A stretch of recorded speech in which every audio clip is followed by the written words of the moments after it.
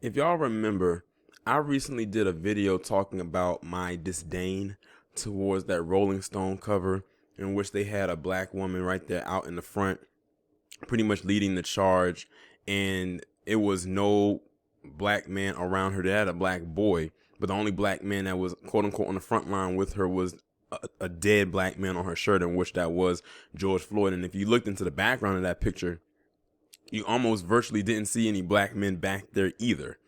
And the men, period, were just faded into the background. And now that brings me to the Time magazine cover for the month of June, in which you have a black woman right here, and she's holding a silhouette in which is supposed to be a child. We're going to assume that is her son, and he's missing. Like, he's cut out from the picture. It's basically supposed to display a mother's loss, loss of her child. And this one kind of rubs me the wrong way as well. But first, before I get into it, I found out that the illustrator of the Rolling Stone magazine cover was a black man. And now I'm also finding out that the illustrator for this Time cover was a black man as well. Like, damn, like, sheesh. Like, I think that's the real offense here, is that it was black men that created this and completely left black men off the cover altogether. Like it's like we were there, but we weren't there, if you know what I mean. But yeah, when I look at this picture, it's like, and I'm gonna have to piggyback off of something that Kendra D said, the Crimson Cure. They act as if only the mothers lost a child or lost a loved one or someone close to them, mainly a child. We'll use that for this particular picture, as if the fathers didn't lose a child. And she says something very interesting. Trayvon Martin was with his dad, not his mother. He was with his dad. That was the last parent he saw before he was killed by George Zimmerman. He was with his dad because his mom and his dad weren't together. And he was there with his dad. That was the last parent he saw. But they pushed his mother more out into the forefront a lot. Same thing with Tamir Rice's mom. Because I believe, I don't know if she was with the dad or not, but his dad was still around. His dad's still alive. But they kept pushing him. Same thing with Mike Brown. And I can keep going and going and going. Because like I said in the other video, they have internalized that black women are quote unquote the backbone of the community, and they're taking it and they're running with it. So only their pain matters and not anyone else's. That's a very unsettling narrative for me, because it almost put this archetype that black men aren't there for their children, even though the CDC says otherwise. And it says that even if the father is not with the mother, he is still the most involved parent out of any other ethnic group of men who are fathers. But a lot of people don't like to read or research those facts, because the deadbeat dad narrative has been placed and thrusted heavily so much onto black men. It's absolutely ridiculous, and that's all people will see. That's just like when I did that video the other day about that fool in the comment section who was entertaining that PC woman, and he had made a comment. I'm mad I didn't point that out in the video, but I'll point it out here for the sake of this video. He was saying that these men don't respect black women because they never grew up around strong black women, role models.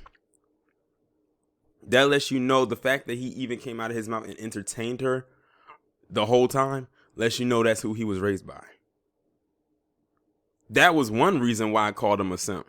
He said these black men don't respect black women because they were not raised around strong black women. Y'all can go back and look at it, because I was reading through the tweets that he made, and people even pointed it out in the comment section. So I can see why he jumped out of the window to run defense for that white woman. That probably won't give him any, but that's neither here nor there.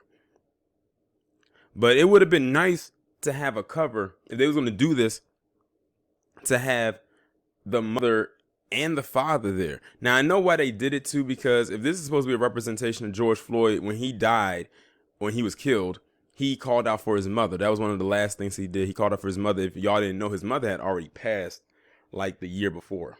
Like that's so crazy how full circle of things, because his mother had died around the same time as he did, or on the same day, just in a different year. That's crazy how all of that happened.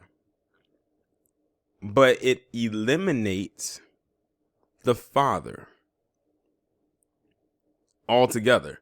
And I had left a comment on Kendra's page, and I said it's almost like they treat black men in the world as if we are a toy to be picked up and played with whenever they feel like, at their own leisure, and when they're done, they toss us back into the box, never to be picked up again. That's almost what it feels like when I look at these two images. Like, you have on one a black woman out there marching and leading the, on the quote unquote front lines, and the only black male representation, grown black man, she has there as a representation is a dead man on her shirt. In this one, you have a black woman who's holding a child, or a silhouette of a child that she lost. Now you're tiptoeing into black boys. Black men, black boys, combined black male.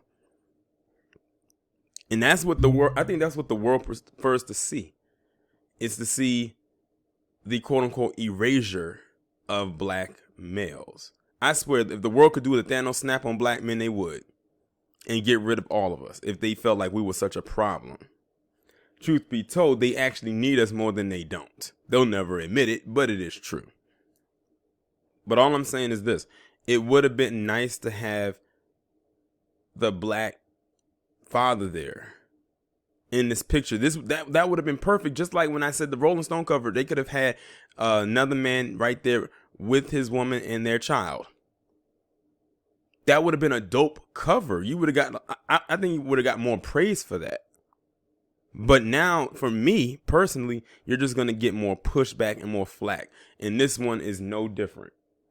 Now, what I did was I wanted to get an explanation of what this painting or this cover represented. And this is coming straight from the author.